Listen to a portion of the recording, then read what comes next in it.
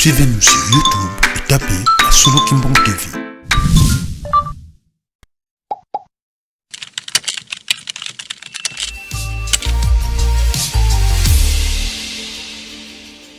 Dimanche 7 décembre 2025, le tout premier dimanche du mois, mesdames, demoiselles et messieurs, excellente journée dominicale à vous et merci pour votre fidélité et attention particulière portée à Presqu'île Kamba officiel, votre source d'information sur l'actualité de l'église kimbanguiste.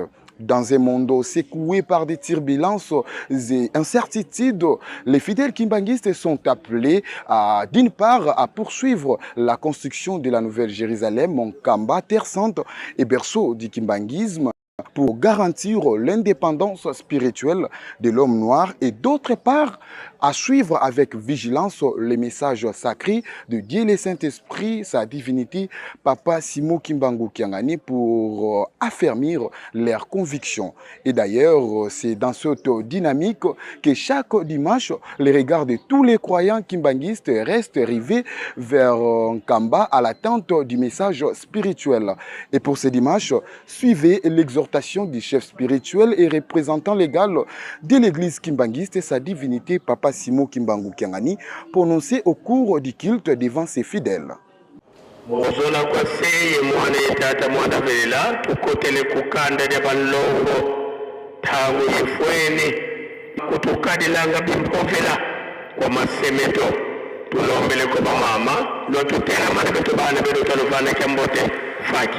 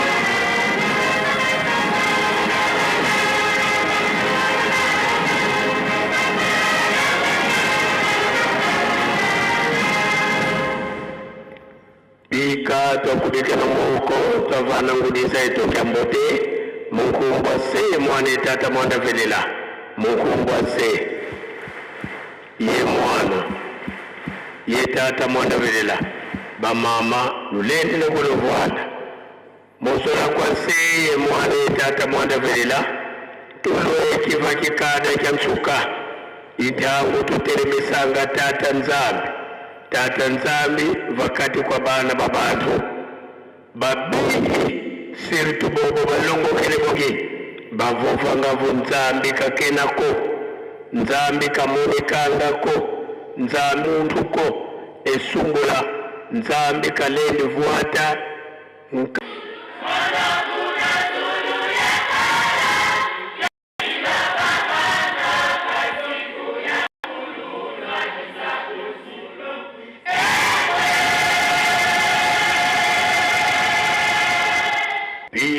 twakubike nomoko twavana nzambi kyambote munkumbwa se ye mwana ye tata mwanda velela munkumbwa se ye mwana ye tata mwanda velela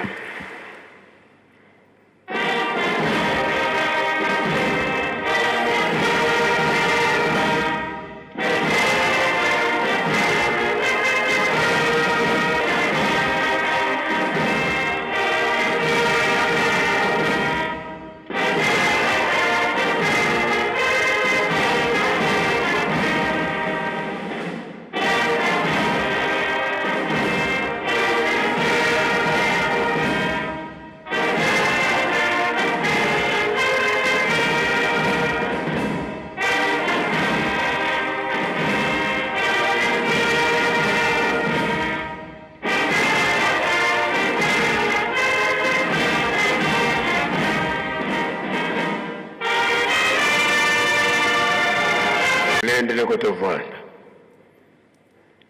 Lendele kutovanda. Sidito wanzambi tata mwanda velela. Beto bana bakutukulombela bakafulu watusikirikisa.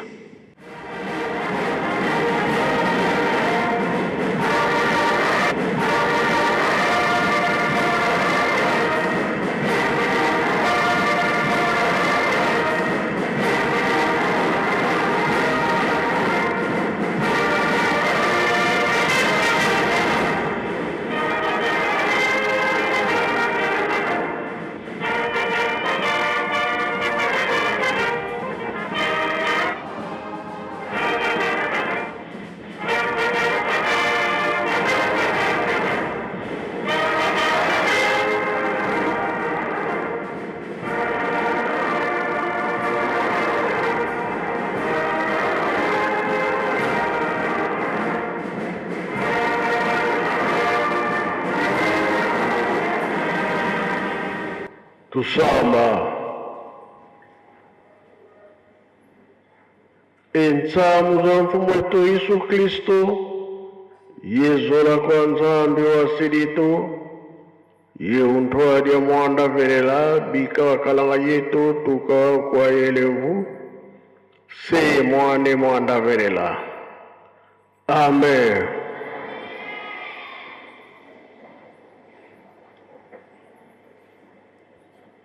Na komba tata mwana pe tata molimo santo tulande ki mate na biso tata pasteur mutate ya kibiso abandelaka na banzemba bayuda kanda na ye asoka toyoki tobomba tosalela po mokolo wana tobika.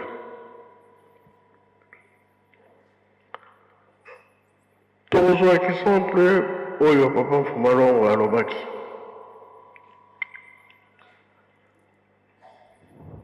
Batata basenga bolimisi mpe ya bamama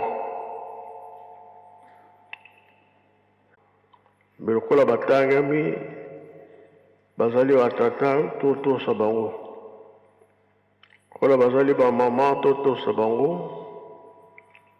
lokola baza banoko totosa bango.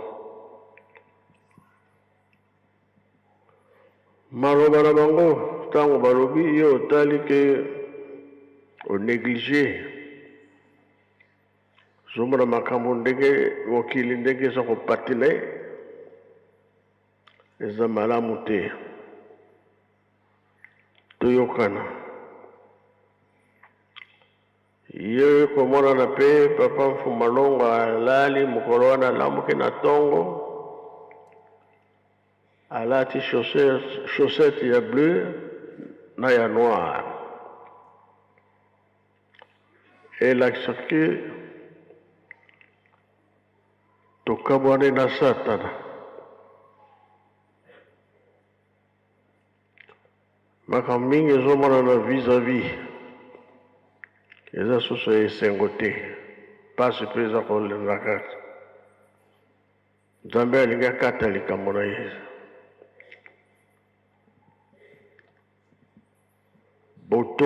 Botosi nde eleki malamu na biso bato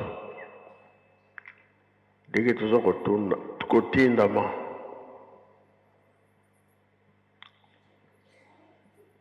Tondimaki te ke Yelusalemi kotikala na maboko na biso totonga yango. Programme ya Nzambe bakoko bamonaki pasi oyo bandimaki bakoko bawana baza kosepela alakisaki makambo mingi ya avenir ndenge kozala.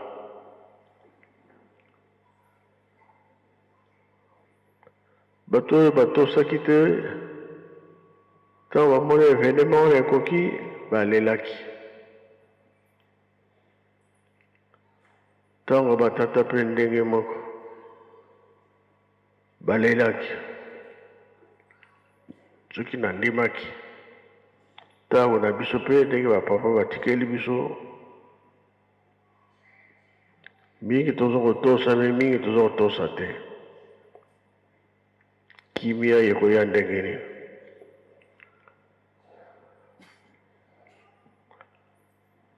mise to réussir mémorial mtetikali tozotonga tomoni ke makambo eza presse tozokende mbango totonga ndako bapaya babalakisaki biso longa soki makambo wana eza na programme soki ekuti biso na nzela tosilisi yango te kozala mpe soyela biso tokolalisa bango wapi mémorial soki tosilisi te pasi ekopesa valeur mingi ya makambo bankole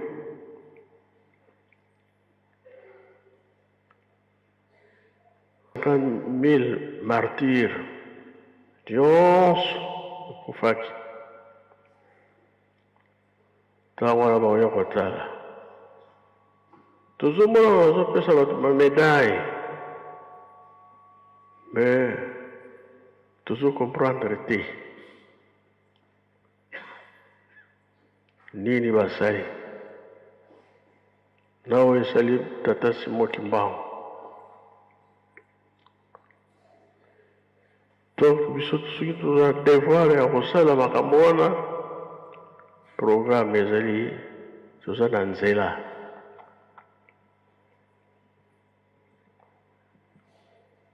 dossier wana ebungaka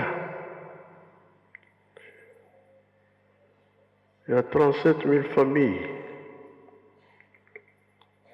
bapapa na ntango na bango baluki bamonaki te me mutu moko kaka muta muntu ekoluka mfuma longo batata nzietele bazalaki basurveille mpona kokotisa ye ezalaki pasi papa azalaki na kati ya ndako akomprendre aye koyamba ye akotisi ye basoleli yango oyo ye moko papa ye kobimisa ye libanda akei na ye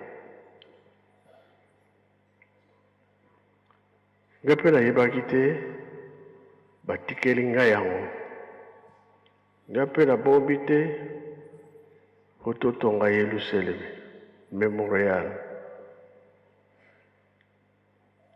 elaki soki tonéglige te ekobimisela biso makambo mingi ya kitoko oyo bayebi valeur ya likambo mwana motindami ye wana bamonaka ke ye wana soki ozoboya na yo ata bobotami ebele otindamaka te ezali pasi na bible mpe ezali bana mibale elanga ya vino yango oyo bokende kosokola kobongisa moko alobi nakokende na ngai te mosusu alobi ngai nakokende mpo na nini tozosalela yango papa Kimbangu alakisaki makambo mingi mpa ya bato babandi omonana moko omona ezalaki tata wana atikalaki makambo atiki yango na bana na ye mpe batiki na bana na bango tozokende kaka elakisi ke soki toza ya kokangama na nzela eza na makambo tosalaki te soki nzela wana efungwami seke bango nzambe moko bango moko bafungwami seke bango nzambe moko bango moko bafungoli nzela wana na kombo na tata na mwana mpe tata Molimo Centre merci tata Molimo Centre kopesa biso maloba tolandi introduction ya tata Molimo Centre kino na lisapo ya bana mibale ezali Matthieu 21, versets 28 à 32. Matthieu 21, 28 à 32, totangi boina komba tata mwana pe tata molimo santo. Lisapo ya bana mibale. Yesu alobi lisusu. Bokanisi nini mpona makambo oyo. Moto moko azalaki na bana mibale ya mibali. Abengi ya liboso mpe alobi na ye. Mwana na ngai, lelo kende kosala na elanga na vino. Mwana azongisi na boyi. Kasi na sima abongoli makanisi mpe akei kaka. Sima ya mwa tango abengi lisusu mwana ya mibale mpe alobi na ye ndenge moko. Mwana wana azongiseli ye, tata, nakokende, kasi akeite. Nani na kati ya bana wana mibale asali mokano ya tata alingi? Bango bazongisi mwana ya liboso. Bongo Yesu alobi na bango, nalobi na bino ya solo, bafutisi mpaku na basi ya ndumba, bakokota na bokonzi ya Nzambe liboso na bino. Pamba te Yohani abatisaki ayaki epai na bino mpona kolakisa bino nzela ya malamu, kasi bondimelaki ye te. Nzoka nde bafutisi mpaku mpe basi ya ndumba bandimelaki ye, kasi bino ata bomonaki bongo bobongolaki mitema te, bondimelaki ye kaka te. Nakomona tata na mwana pe tata molimo santo. Nakomona tata na mwana pe molimo santo.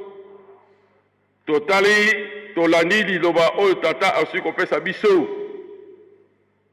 Tozali kolibola na bokuse Matthieu 21, 28 à 32. Ete tata oyo atindaki mwana ezali elakeseli ya tata Nzambe. Bongo elanga oyo atindaki bango bakende kosala ezali nde lokola tolobeli tata Nzambe, donc ezali lingomba oyo tozana yango lelo. Mwana ya liboso oyo bandimaki me akendaki te ezali mwana oyo balobaka kaka nkolo nkolo, kasi balinga kosala te oyo nkolo atindi. Ndenge ye moko nkolo oyo ateyaki na Matthieu chapitre 7 verset 21. Ezali te bo balobaka nkolo nkolo bakosala. Andimaki me akendeki kosala te. Oyo ya mibale ezali mwana oyo andimaki te kasi ake kosala. Pote ayoki mawa mpona ntina na lisanga to musala ya bango ebeba te, musala lingombe ekufa te. Yango wana balobi ete musala oyo ezangi kondima oyo ezangi musala eza kondima ya kokufa. Eseli kondima ezala kompani na misala. Ndenge Jacques chapitre 2 verset 17 azali kolobela yango. Donc eseli kondima na biso ezala na musala. Yango wana batata na justice ya Nzambe.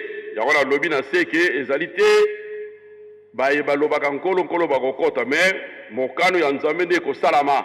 Ba oyo bakobongolaka motema na sima kosala mabe ya bongoli motema sali malamu, bango nde bakosala na bokonzi na likolo, bango nde bakokota yambo na kati na bokonzi na likolo.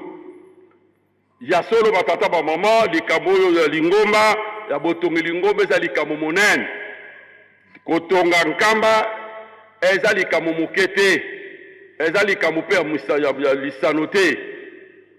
Ruta ebandeli na mokili tata Nzambe asengaka na batu na ye ba oyo bakondibelaka ye banda generation ya liboso asengaka bango batongela ye mboka, batongela ye na tango ya kala ezalaki azakoloba batongela ye ndako ya kapo wana ezalaki na tango na kala oyo baza kotambola nango na kati na desert. Yango eza koserviri bango ndako ya Nzambe esika baza kokutana na ye. Mbo ete ye tata Nzambe azala kati na bango alinga bango, asalisa bango, ateya bango, atambwisa bango, surtout apambola bango na ntango bakosala eloko wana oyo ye asengaki. Yango na batata ba mama ndeke ko ya mine oyo biso tozali kotambola lisusu te na kati na mokili na mpamba, nde tovandi na kati na mboka yango, nde yango tozali Yerusalem oyo mboka Nzambe aponaki. Soki otali yango na Psaume chapitre Psaume 132 na verset 13 ti na verset 14, ete mboka oyo aponaki yango po avanda na mboka oyo, avanda na biso, apambula biso, ateya biso, aoriente biso lolenge ye azali kolinga. Yango na botongi nkamba eza likambo motungisi te, eza likambo ya konyokola te, likambo botongi nkamba eza likambo monene, eza likambo ya mapamboli. Tolandi ndenge akuti koloba na biso ete dossier ya ba 32 000 familles, 37 000 familles babungaki ndenge baye ko retrouver yango. Pourquoi? C'est parce que tozali tobongisa mboka. Histoire ya mboka oyo ya église na biso, histoire ya papa Simon Kimbangu evandi na mboka oyo. Esengeli mboka oyo totonga ngo malamu. Parce que bato bauta de part et d'autre bakoya pèlerinage awa, bakoya tourisme awa, bakoya koyekola bonzambe ya papa Simon Kimbangu awa. Esengeli na biso te totonga mboka yango ezala malamu, ezala monene, ezala kitoko. Mpe soki tobongisi yango totongi yango makabu, même l'état ya mboka na biso akozwa na considération ndenge tosala yango tomoni lelo kaka na cher oyo nde balobaki ete bana lelo le 6 avril ekomi journée chômé payé. C'est parce que mosala eza kosalama eza komonana, mais soki bongo te ekozala na bango na ntina te. Soki totongi mboka oyo ekozala kaka mpona avantage na biso te, ekozala avantage monene ya mboka mobimba. Soki totali mayema azali koleka na lutendele, impulsion ezo utawa ezo leka na lutendele kona na pola ya ba maman baoyo nyonso bazozwa ba revenu wana kuna baza bakimariste kaka te. Awa topesi impulsion ya bateau de pêche oyo kobima kuna ezali pour avantage kaka ya nkamba te. Tozali tomonaka ntango papa bimaka na Kinshasa, bato ya wenze bayaka basepelaka mingi babi Nzambe aye po biso me minerva na bana kofutama po te biloko bango batekaka esomamaka nyonso ezali ko base nini kotonga nkamba. Soki tozali kotonga nkamba bongo ekozala manani.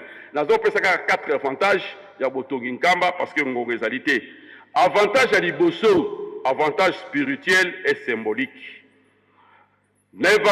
Avantage spirituel symbolique tozali koloba tozali kotonga mboka oyo parce que tozali kobungisa histoire te ndenge papa uti koloba awa ya ba dossier biloko na nyonso ezali kotongama, ezali kobomama, tozali na musée, tozali na mémorial, tozali ba site ebele tozali kotonga, ezali pote to recto garder histoire ya Lingomba ezala protéger.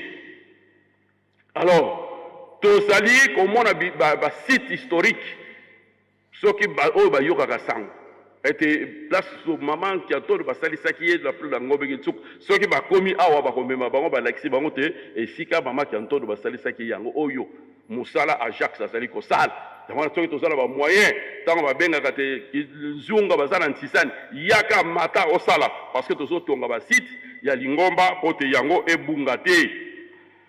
Batata ba mama tozali na avantage ya mibale, unité ya Lingomba, bomoko ya Lingomba, identité ya Lingomba na biso. Bato mingi bazaki bayaki awa na prophétie ya papa Simon Kimbangu lizatambula makanda manza likamona lelo ekokani mabota na mabota yango izaya kosangana awa. Tozali na tata moko papa Simon Kimbangu, tozala na mama moko mama Mwilu. Donc yango oyo tozala yango lelo awa ndenge babi na Isaïe chapitre 51 verset 1 à 2 était source na biso nde yango wana.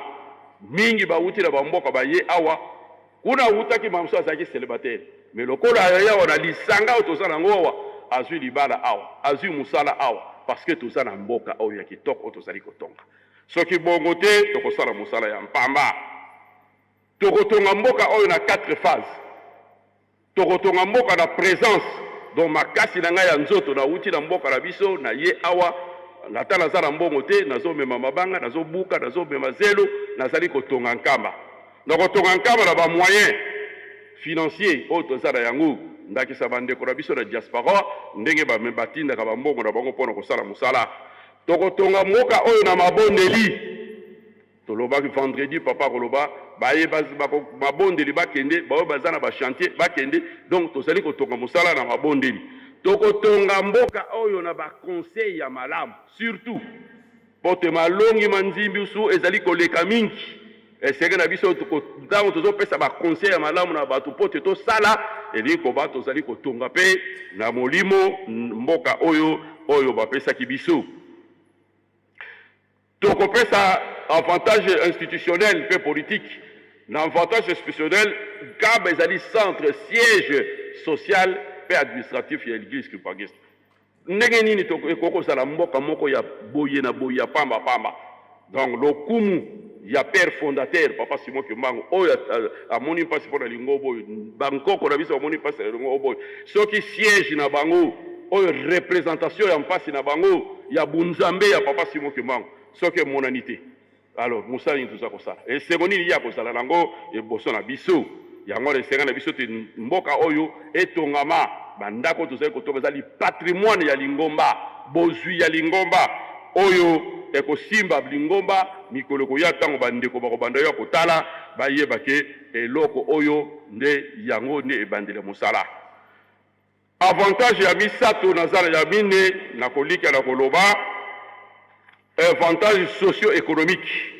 misala oyo nyonso oyo tata azali kofongola na oyo bafongolaki liboso tosali bekole balakisi bazalaka kuna na bano batangaka kuna ezaka ya biso te botogi nkamba ezali kokotisa biloko nyonso wana tozali na bopito biso kaka bakibangisi tokota na bopito wana te soki lopitala yanda na ndibi te komona kaka bakibangisi baza na kati ya mboka wana batata bamama wana ezali komatisa nkita ya mboka meme na mboka na biso moko na leta ntango bapaya oyo bapelerin batouriste bautaka na mikili ya mpoto baya awa bakozwaka visa ekotisaka mbongo na libenga ya leta oyo te baya baoyo bayaka opo bazongaka balalaka na botel oyo ya bato batongi me ya uti kotala nkamba yango nde ake kolala na hotel na kotiseli ye mbongo botel wana nyonso eza ya biso te ezali nde nkita ya mboka ezali komata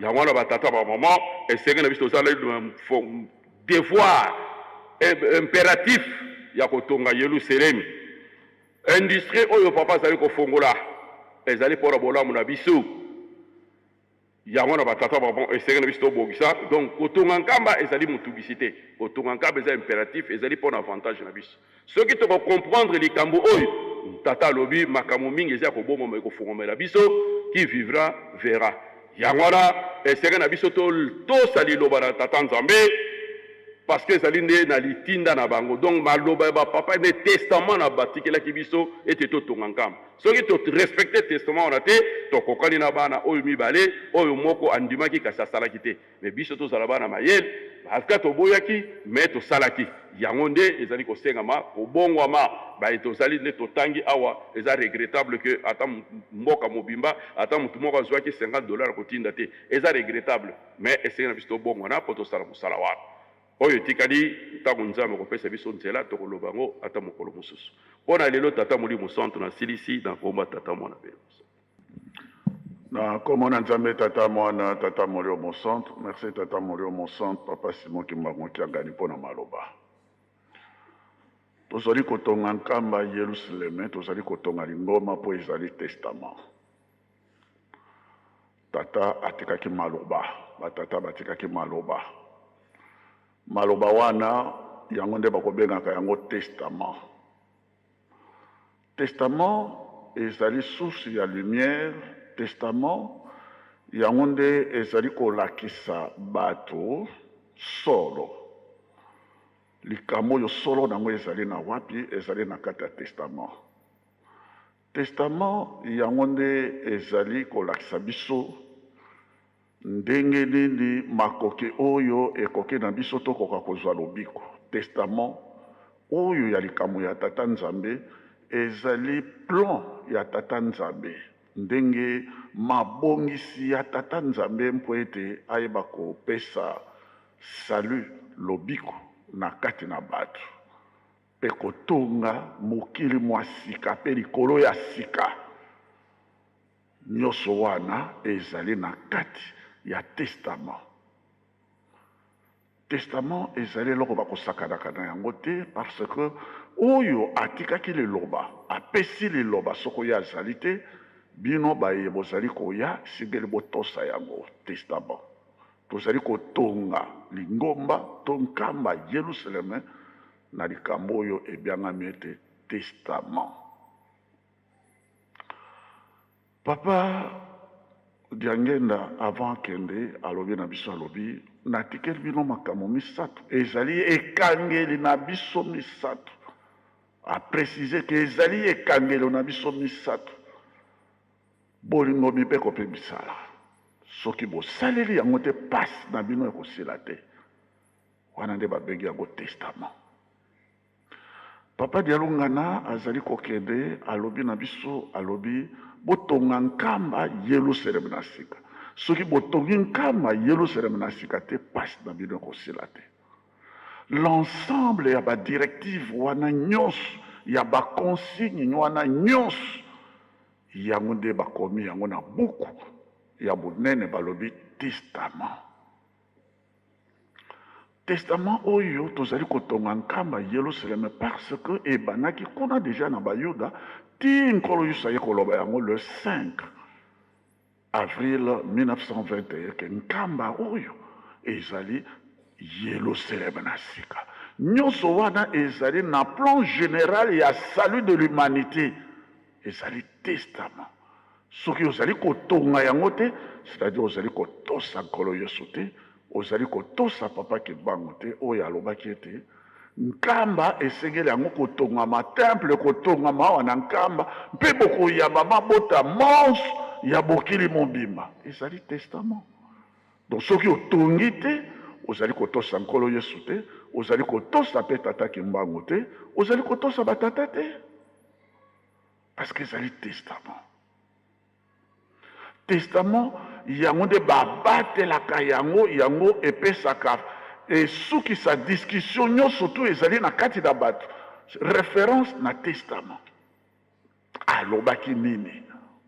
Yango na tomonaka tata mokonzi ya bule toujours ezala yeboko Papa Diangenda toujours akobenga ba pasteur kaka botanga na Bible parce que testament yango tata Kimanga lobaki natikeli bino Bible mais mazali na kati na Bible c'est la parole révélée yango ezali testament.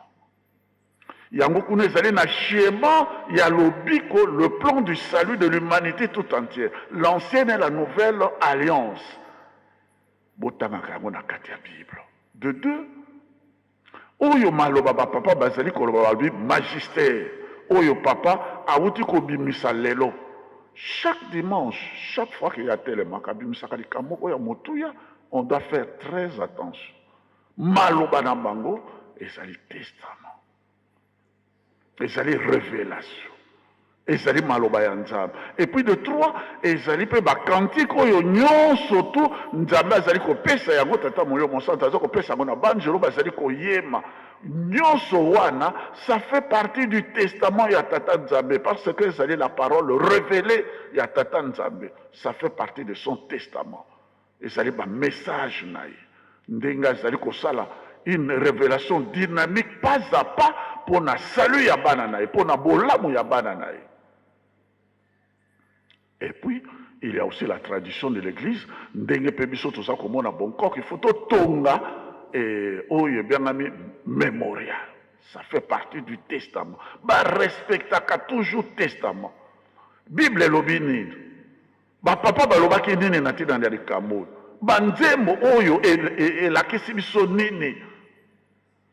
Yango nde ezali kolakisaka biso bakimangiste tozali na nzela ya solo. Tozali ko respecter testament. Papa bimisi liloba moko ya makasi pe na mokolo mwa lelo. Mabele ki mingi na mokili yango wana ezali kolakisa ete Nzambe alinga kata mokano. Amos chapitre 3 verset 7. Abimisi yango lelo. E yango ezali kolakisa ke mabele ki mingi Nzambe alinga kata mokano. Amos chapitre 3 verset 7. yango nde ezali koloba kuna ete nzambe asalaka likambo te sans que aavertir ayebisa basaleli na ye baserviteur na ye bokeba nzambe alingi asala likambo asalaka likambo te sans avertir. Amos chapitre 3 verset 7. Avertir biso na mokolo mwa lelo, alamwisi biso na mokolo mwa lelo. Donc mutu na mutu ayeba komisenjele esika biso tozali kokende porte moko ezali ya kofongwama liboso na biso yango nde porte wana, ou bien ezali millénium, porte du millénium, 1000 ans ya esengo na boyo batosi mwana oyo abongolaki motema mpe atosaki etinda ya tata na ye oyo azali kotambola na nzela ya pasi me nzela ya lobiko bo wana baza kokɔta na porte ya millénaire ya 1000 ans ya esengo mpe porte oyo ya pasi ya baoyo bazali batioli batosi te batomboki bato wana baza kokɔta na 1000 ans oyo ebyangani ete pasi nzela monene ya pasi ya bisengo ondenge papa azali koloba makobina banini ndenge papa de la ville mikano minene ezali kozwama, c'est-à-dire mabeleki mingi nzambe azwi position alingi asala likambo baoyo nyonso baza na boulevard ya mabe wana pasi ezali koyela bango yo moko mpona kosilisa soko ntango epesameli biso meme ata mardi ndenge mokonzi ebongo akopesa ntango batata bamama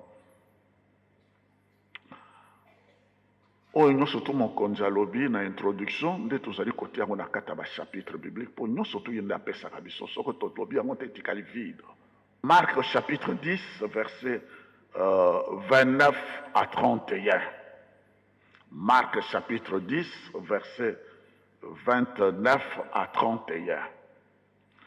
Nkolo Yesu libondeli na ye ya suka babengi yango la prière sacerdotale, libondeli na ye ya suka alobi boye tata nazali kosambela kaka mpona baoyo te me nazali kosambela mpe mpona baoyo ndele bakoyoka liloba mpe bango bandima yango mpe bayuti koloba na biso bapublicain babongoli motema bakopresede bino baoyo ndele bakondima bakotosa bakobongola mitema na bango mpona bango mpe lokola likambo oyo ebandi awa na nkamba ndenge nkoloso alobaki vous serez mes témoins na Judée ebandi awa na nkamba na Jérusalem na Judée mpe kino na Samarie mpe jusqu'aux extrémités de la terre toujours testament nkolo Yesu epe likambo oyo ebandi awa na nkamba ekei te ekomi ndenge lobi esalaki papa kimbangu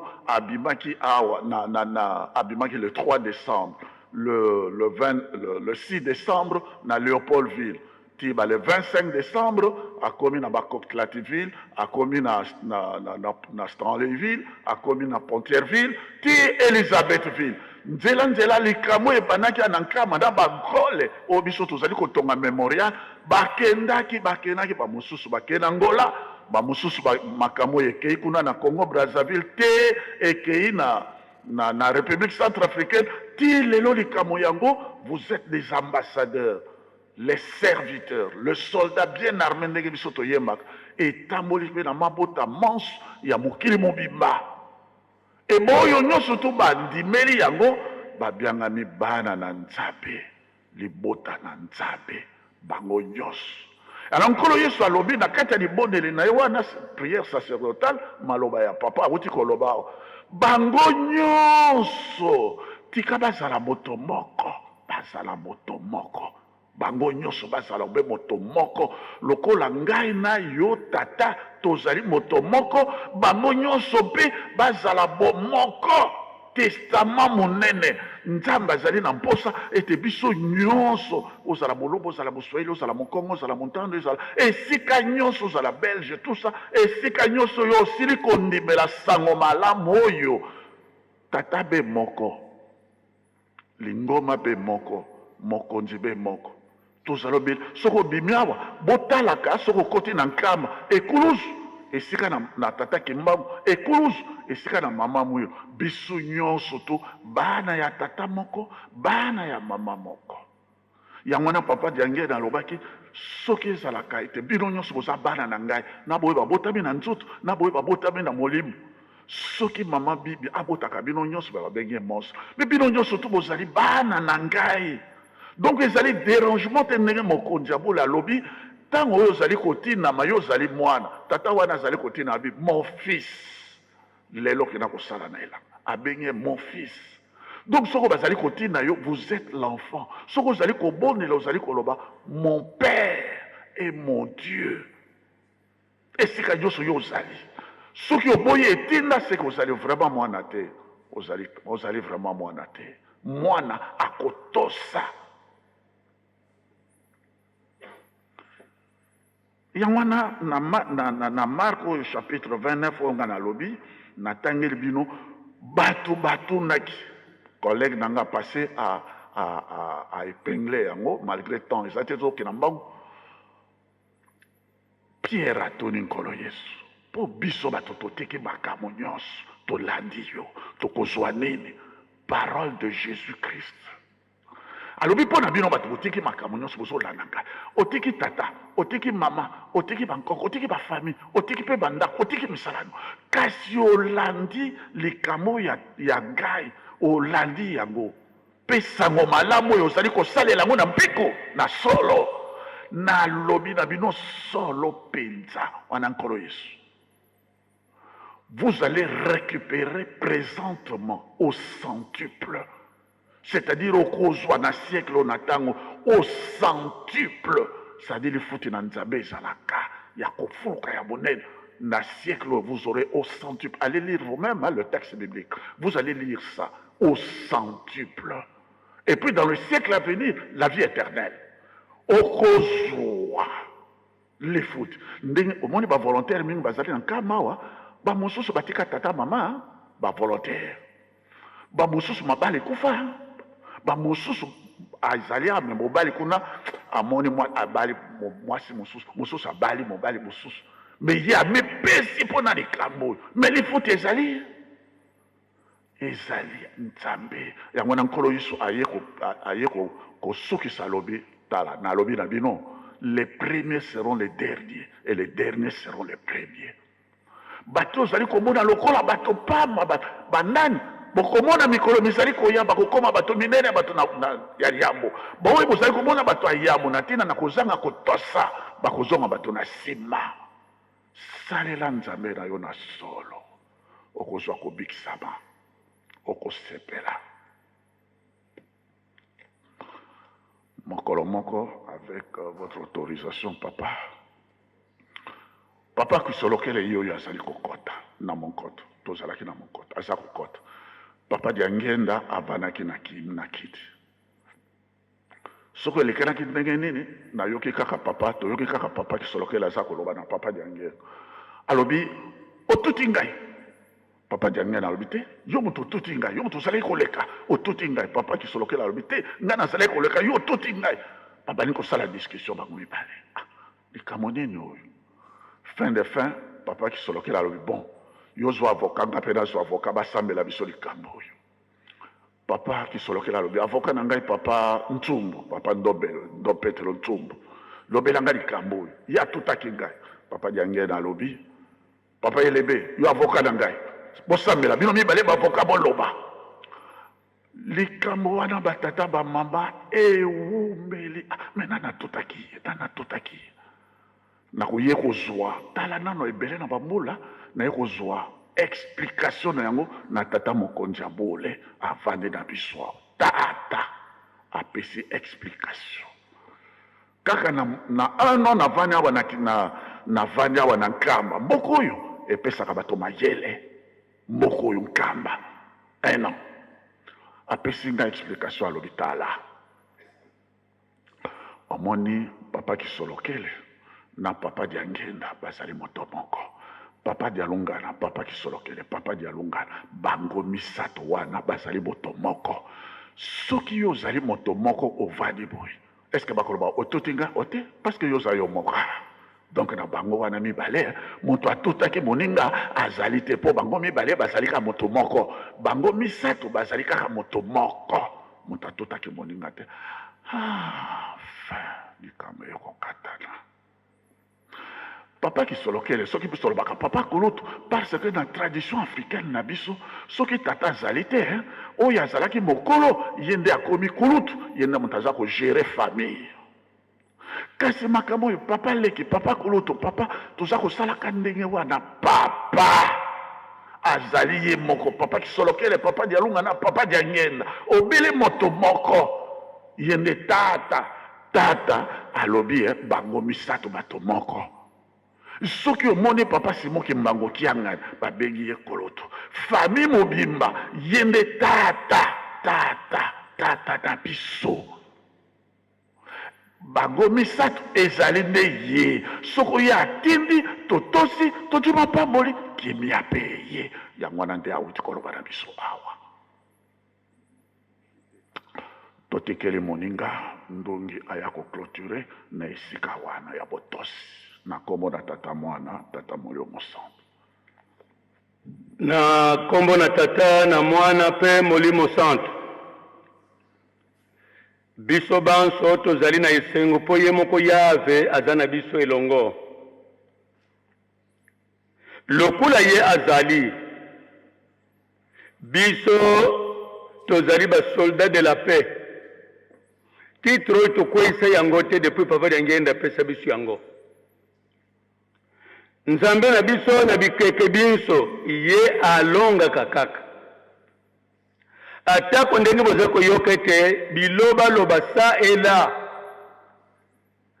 mokano ya papa Simon Kimbangu Kiangani moto akokakola yango azali te bana na yo bavandi awa bango nde bawutaki na yo na likolo mpo bapesa yo maboko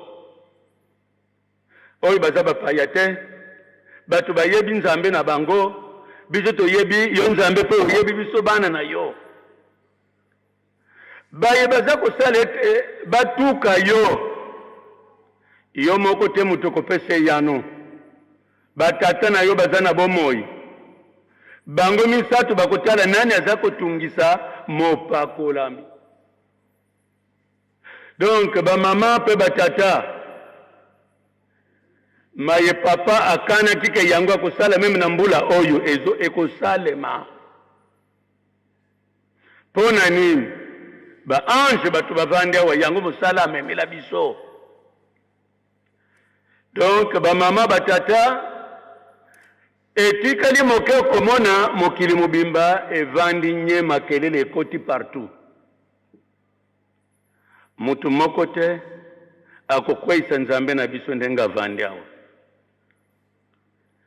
misala yango nde preuve basivilisation nyonso bakoya kotuna abongo misala oyo bozwaki mbongo epai wapi ti oyo nyonso misala boza komona misala ya nzambe na biso asali na biso bana na ye sino soki totali bachantier oyo papa aza na yango na bomoto mbele pongi ekokozanga me akolonga na ye mpo na bikeke ndenge wana kaka asalelaka alongaka biloko nyonso toza kokamwa na mokili tovandi kasi asalaki yango kaka na liloba te kaka biso bato nde asimbelaki poussière papa Simon Kimbangu Kiangani azali vrai Dieu de vrai Dieu donc soki ye alobi likambo na ye etikalaka ex cathedra donc moyokakola yango ezali te donc elingi koloba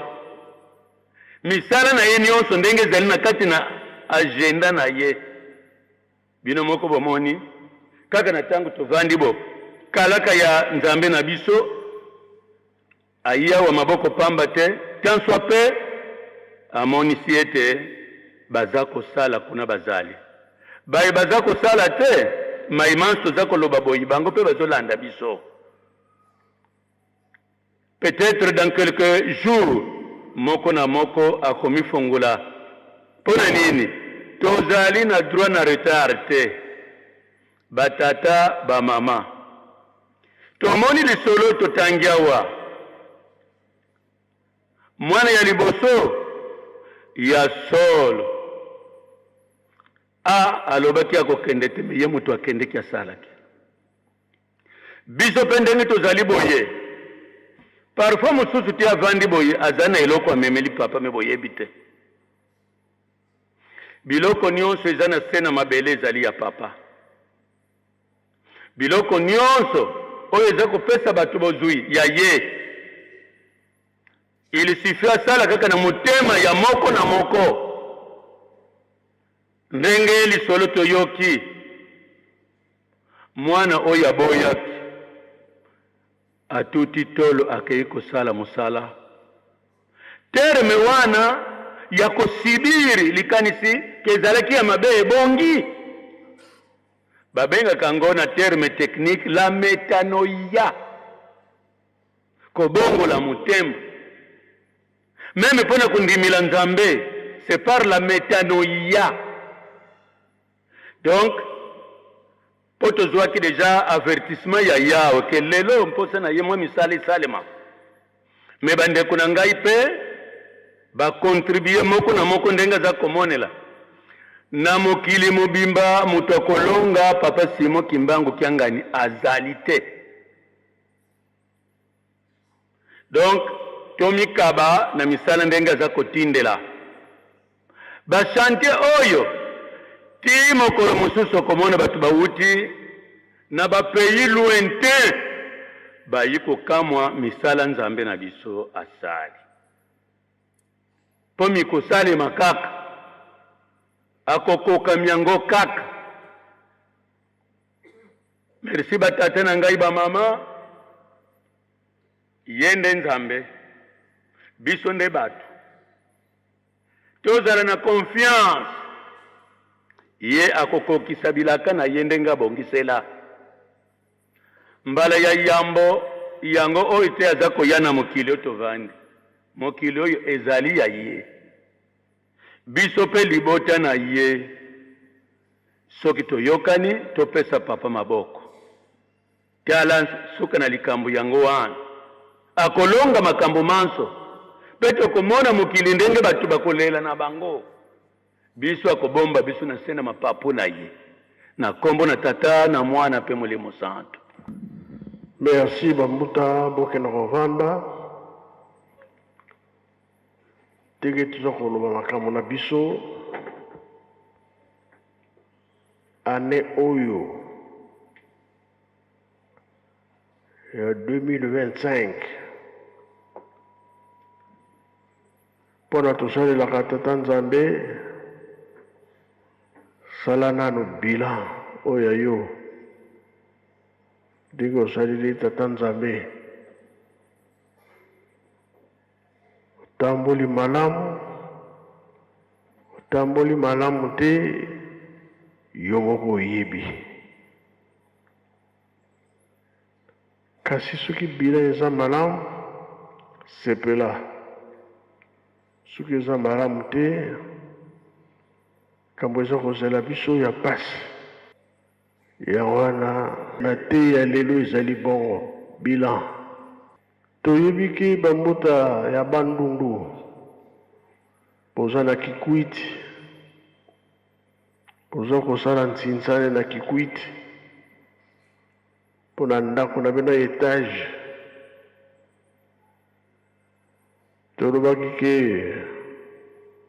niveau ya mibale fo bato banana tozozela kaka na poko na kotuna bino bozwi combien kuna mpe bozali bosala makasi